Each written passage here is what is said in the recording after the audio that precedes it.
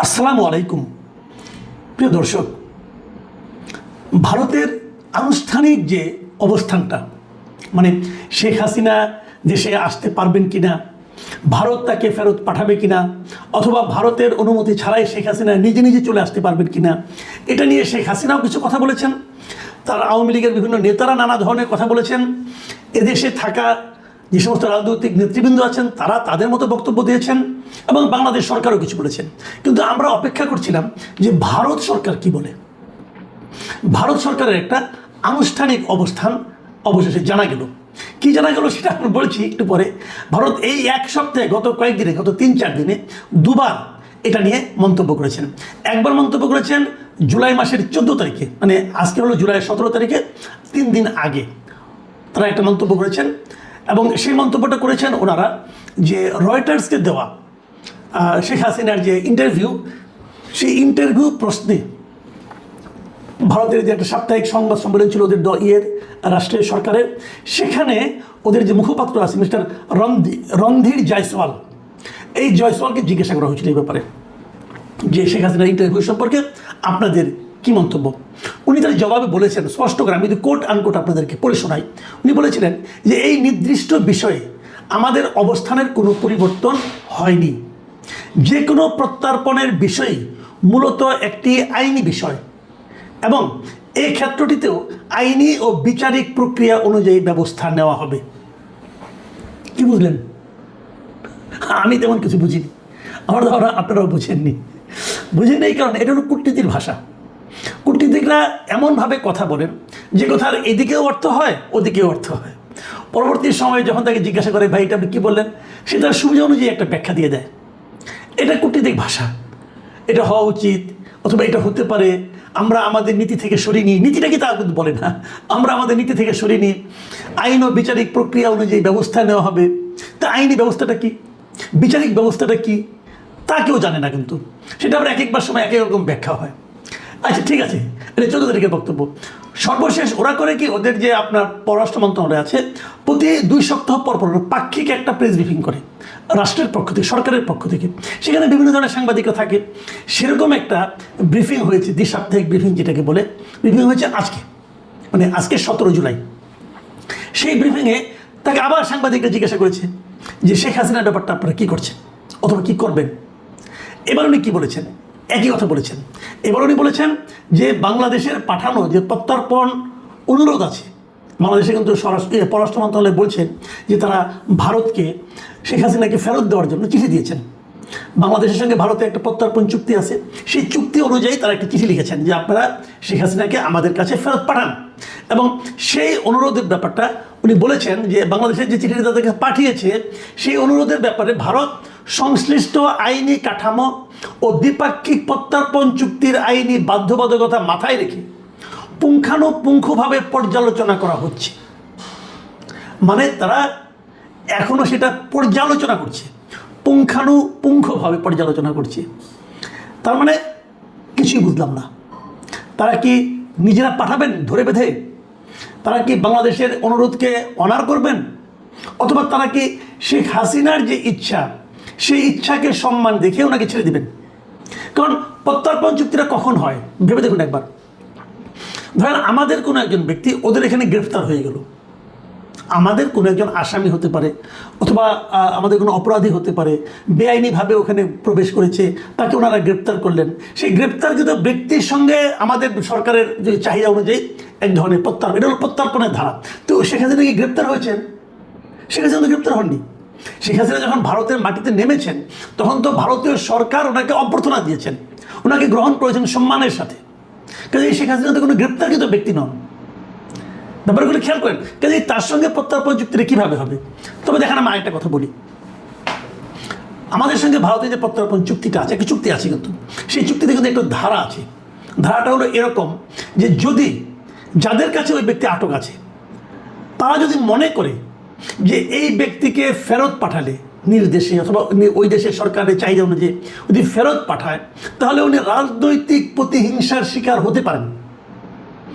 যদি তারা মনে করে, প্রমাণ করার কোনো ব্যাপার না, কিন্তু যদি তারা মনে করে তাহলে তারা এই চুক্তির এই ধারা অনুযায়ী তাকে নাও পাঠাতে পারে।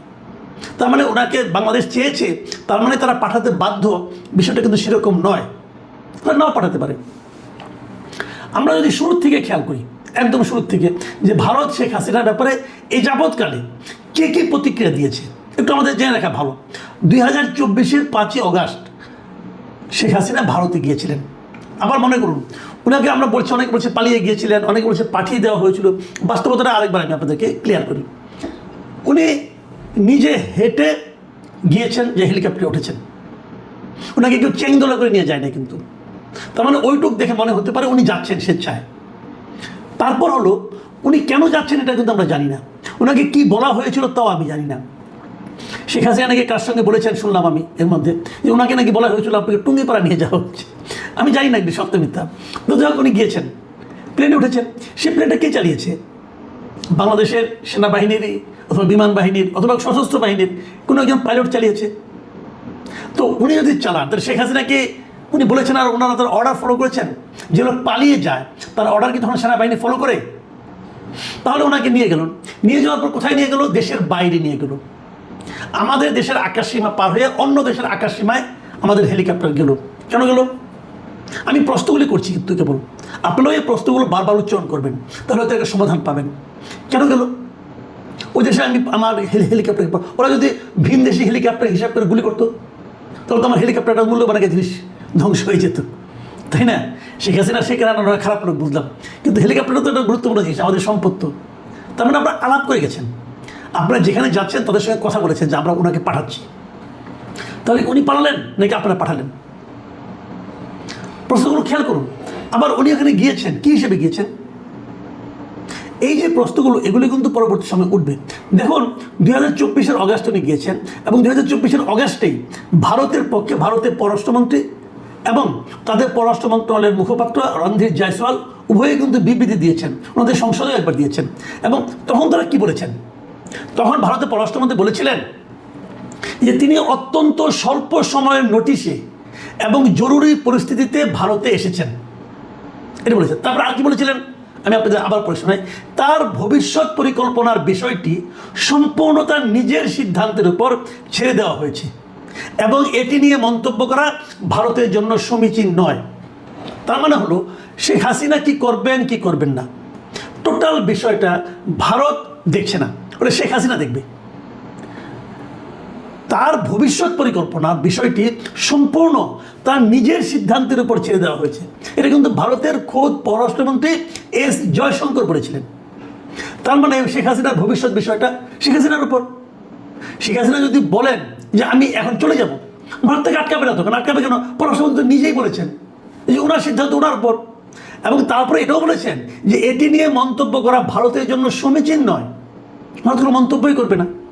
এবং পরবর্তী সময়ে যখন বাংলাদেশের পক্ষ থেকে 2024-এর নভেম্বরের দিকে যখন নাকি বাংলাদেশের পক্ষ থেকে তাদের কাছে একটা চিঠি লেখা হলো যে ওনাকে আপনারা ফেরত পাঠান, একটা আনুষ্ঠানিক চিঠি, যেটাকে নাকি কূটনীতির ভাষায় বলা হয় নোট ভার্বাল, এরকম একটা চিঠি বাংলাদেশের পক্ষ থেকে পাঠানো হয়েছিল। তখন এই রণধীর জয়সওয়াল উনি বলেছিলেন, প্রথম চিঠিটা পাওয়ার পর সঙ্গে সঙ্গে বলেছিলেন যে আমরা অনুরোধটি পেয়েছি, মানে ভারত বাংলাদেশ থেকে অনুরোধটা পাইছে এবং এটি আমাদের অভ্যন্তরীণ বিচারিক ও আইনি প্রক্রিয়ার অধীনে পরীক্ষা নিরীক্ষা করে দেখা হচ্ছে। এটা কবে বলছেন?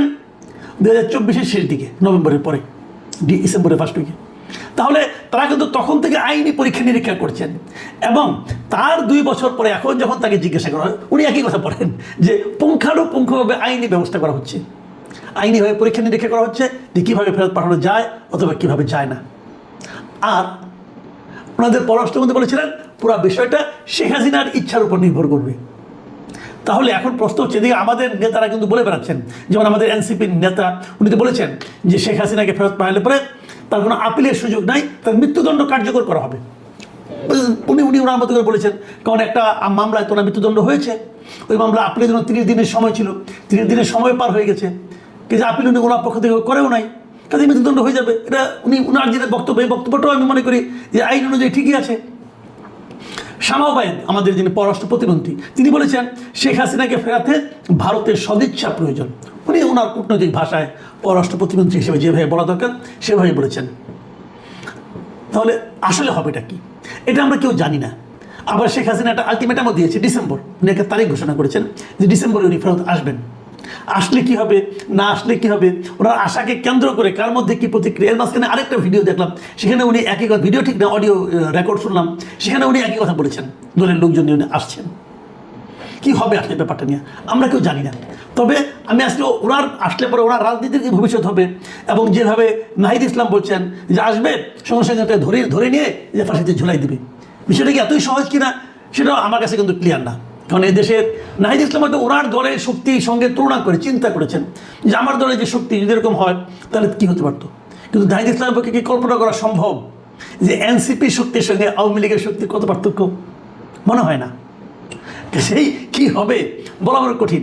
তবে ভারত কি ভাবছে সেটাও কিন্তু কিছু বুঝিনি। তবে ভারত সহজভাবে কিছু বলছে না। সহজভাবে যখন কিছু না বলে, একটা সহজ প্রশ্নের যখন নাকি অস্পষ্ট উত্তর আসে, তখনই কিন্তু মানুষের সন্দেহটা বাড়ে। প্রিয় দর্শক, আমরা চলুন সন্দেহ নিয়ে আগামী কয়েকটা দিন পার করি। আল্লাহ হাফেজ।